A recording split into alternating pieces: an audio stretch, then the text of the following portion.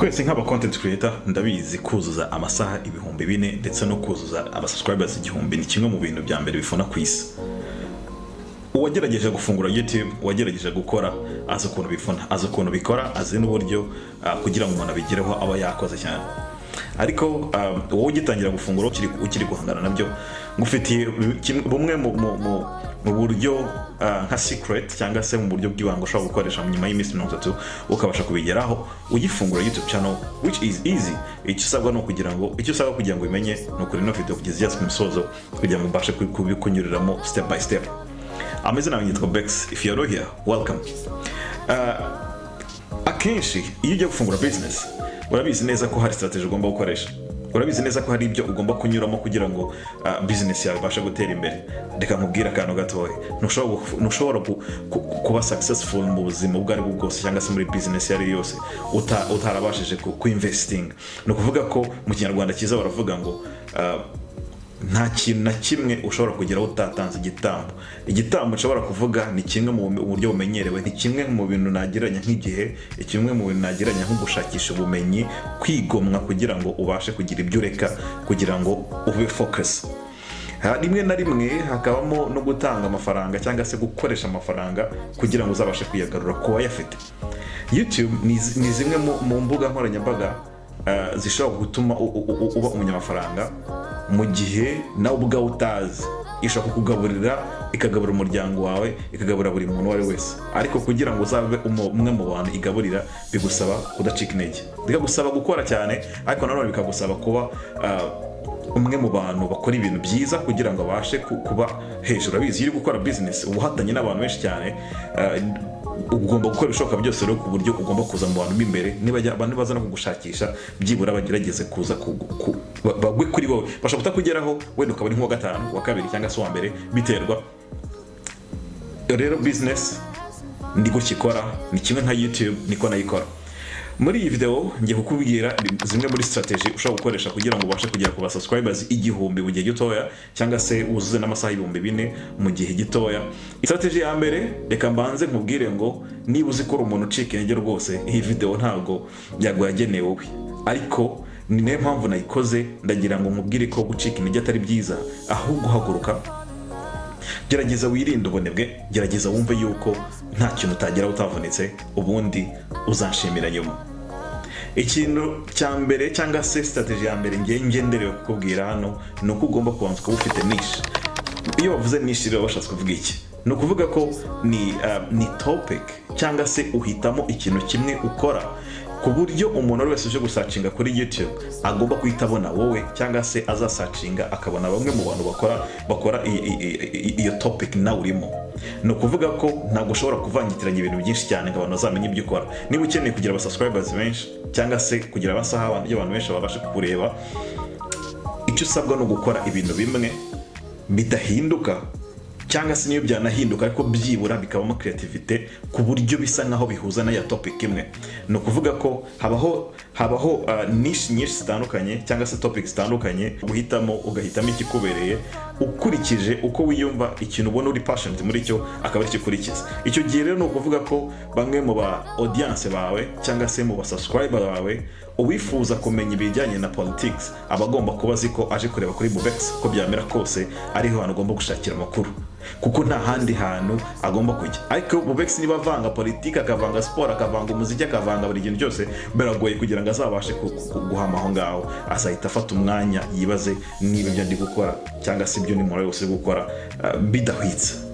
Niyo mpamvu rero wowe ushaka gufungura YouTube, iyi ni strategy ya mbere ushobora gukoresha mu kugira ngo wigarure imitima y'abantu bawe cyangwa se aba viewers bawe. Iyo ni strategy ya mbere.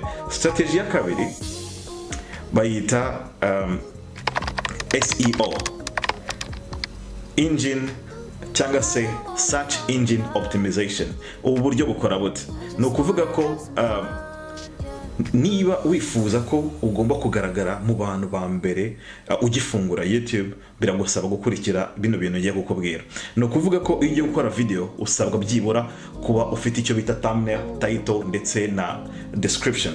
No kuvuga ko ibyo bintu byose uko bikora kose bigusaba ko ugomba kuba wateguye, bigusaba ko ugomba gushakisha ikintu bita keyword cyangwa se ugomba kwandika keyword. Gukora content ntago bihagije actually.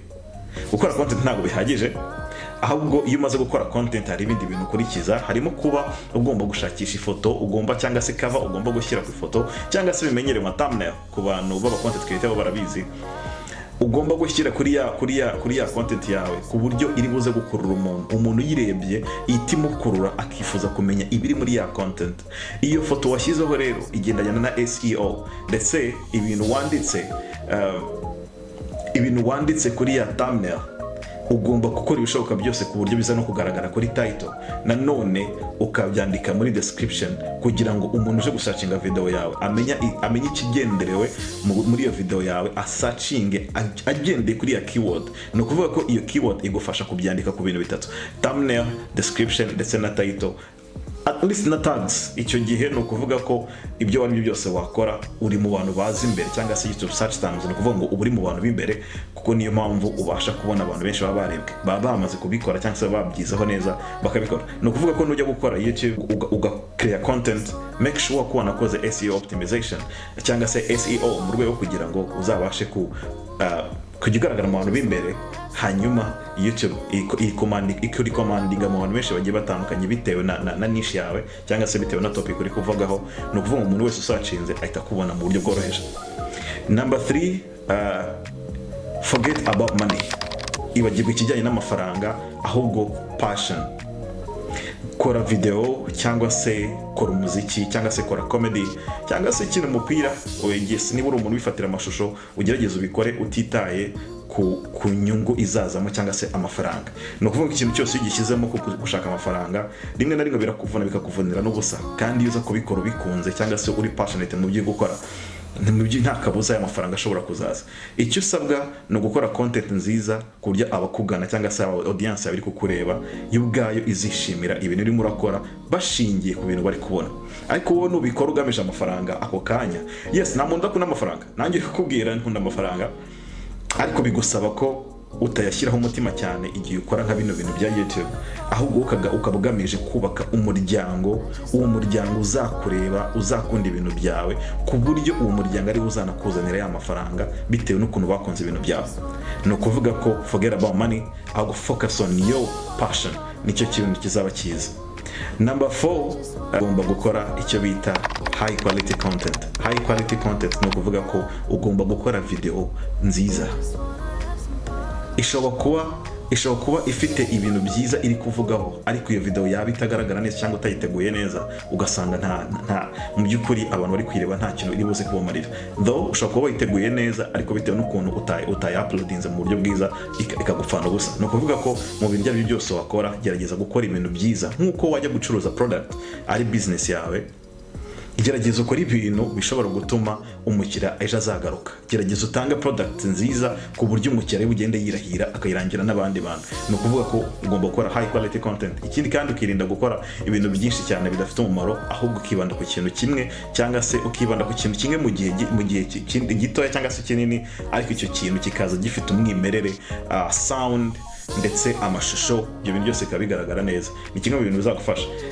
Last but not least, aricyo cya gatanu cya nyuma, gerageza gukora ibishoboka byose. Video zawe uri gukora ntabwo zihagije kuba wazikoze. Ushobora kuba wakoze video yawe, ushobora kuba ni content, ushobora kuba wakoze content yawe, bya bintu byose nakubwiye hejuru byose wabikoze, ariko ukabishyira kuri YouTube gusa ntacyo byagufasha. Ni ukuvuga ko gukora kuri YouTube ntacyo bitwaye, ariko ni nayo mpamvu turi mu isi ya digital cyangwa se social media zarabyohereje. Gerageza wamamaze ibikorwa byawe mu mbuga zose zishoboka, kugira ngo ababasha kukugana, kugira ngo ababasha kunyura kuri izo mbuga bose bakubone. Niba kubona bazifuza kumenya ibyo ukora, hanyuma baze kuri YouTube. Ni ukuvuga ko kora ibintu byawe ubishyire kuri YouTube, ariko nabashishikariza n'abantu kuba babasha kubireba. Ari nayo mpamvu mise nkubwira niba wabonye ino video hari icyo yagufashije ukumva wayisangiza abandi bantu, please kora share.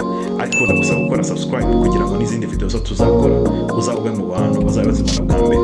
Ariko icy'ingenzi notification cyangwa se kuri kana kazogera notification yose uzageza uzajya uba mu bantu ba mbere ugomba kurebera video. Amazina ni Topex. Byari byiza kubana nawe. Ciao.